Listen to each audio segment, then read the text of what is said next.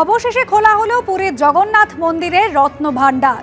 ৪৬ বছর পর খোলা হলো পুরীর জগন্নাথ মন্দিরের রত্নভাণ্ডার।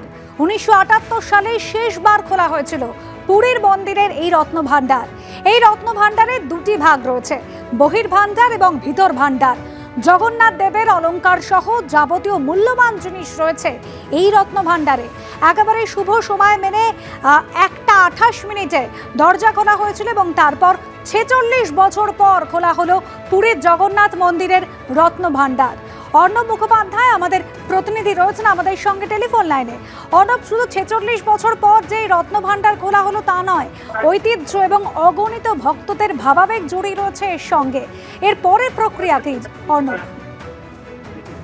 দেখো, যেমনটা জানা যাচ্ছে 1:28 সময় নির্ধারণ করা হয়েছিল। স্বাভাবিকভাবেই এখন যেহেতু সময় গড়িয়ে গেছে, তাই মনে করা হচ্ছে যে রত্নভাণ্ডার ইতিমধ্যেই খোলা হয়েছে। তার কারণ যে 11 জনের কমিটি তারা ভেতরে প্রবেশ করেছিলেন, এখনো অবধি এই 11 জনের কমিটির কেউই এসে কোনো কিছুই এখনো বক্তব্য রাখেননি। মূলত রত্নভাণ্ডারের দরজা কিভাবে খোলা হলো, তার ভেতরে কি আছে, এইগুলো বলার দায়িত্ব রয়েছে বিশ্বনাথ রথ, যিনি হচ্ছেন অবসরপ্রাপ্ত বিচারপতি, অথবা মন্দিরের মুখ্য প্রশাসক, তারা এসে বলবেন। কিন্তু এখনো অবধি তারা যেহেতু বাইরে আসেননি, তাই সম্পূর্ণ তথ্য এখনো অবধি যেমনটা জানা যাচ্ছে সামনে আসছে না।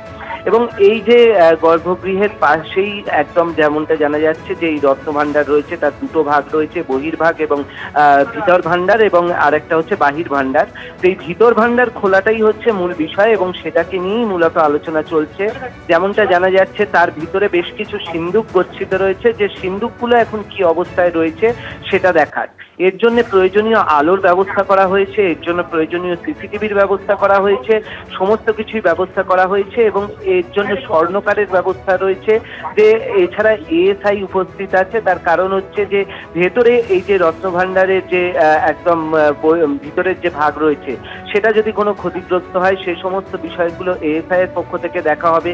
ভেতরে কোথাও জল জমেছে কিনা, সেই জলে কোনো কিছু রয়েছে কিনা, এই সমস্ত কিছু দেখা হবে।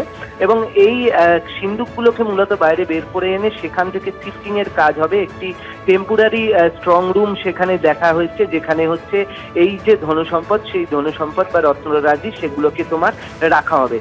সুতরাং হচ্ছে যে একটা জিনিস খুব স্পষ্ট, যে বলা হচ্ছে যে ভিতরে রত্নভাণ্ডার ইতিমধ্যেই খোলা হয়েছে এবং রত্নভাণ্ডারে তোমার দেখা হচ্ছে যে এই যে সিন্দুকগুলো বের করে নিয়ে আসা হচ্ছে। সকাল থেকে আজ্ঞামালা গিয়েছে, নতুন সিন্দুক গিয়েছে, এগুলো সবই বাইরে থেকে দৃশ্যমান হচ্ছিল।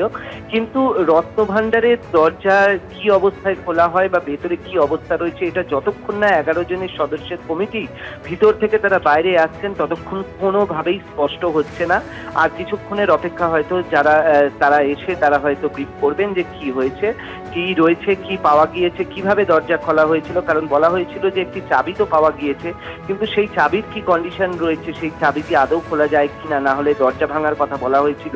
তো কিভাবে এই রত্নভাণ্ডারের 1:28 যেহেতু সময় নির্ধারণ হয়েছিল, আজ্ঞামালা এসেছিল, সুতরাং এটা বলাই যায় যে 1:28 দরজা খোলার কথা। এবং যেহেতু এত সময় গড়িয়েছে, তার জন্যই এটা ধারণা করা হচ্ছে যে ইতিমধ্যেই তোমার দরজা খুলে দেওয়া হয়েছে।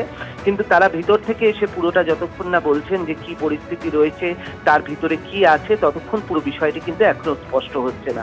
সবাই কৌতূহল নিয়ে দাঁড়িয়ে রয়েছেন যে এই যে এত বছর বাদে রত্নভাণ্ডার খোলা হচ্ছে, তা থেকে কি দুর্মূল্য বস্তু পাওয়া গেল, তা ঠিক কি পরিস্থিতিতে রয়েছে সেটা জানার জন্য সবাই আগ্রহী রয়েছে। একেবারে অর্ণব।